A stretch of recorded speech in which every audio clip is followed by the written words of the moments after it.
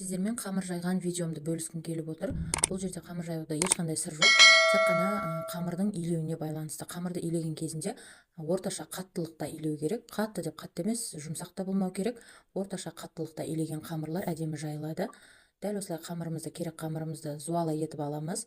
Және де оны қолмен біршама бірінші жайып аламыз.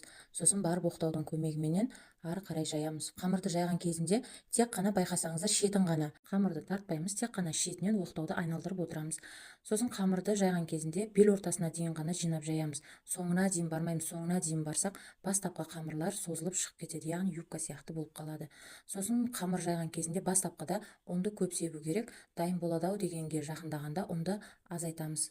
Осындай тек қана ережелері бар, аса қатты сыры жоқ. Дәл осындай әдемі қамыр, жұқа қамыр шығады. Кәделеріңізге жарасын, ас болсын. Менің каналыма тіркеліп, менің видеома лайк басуды ұмытпаңыздар.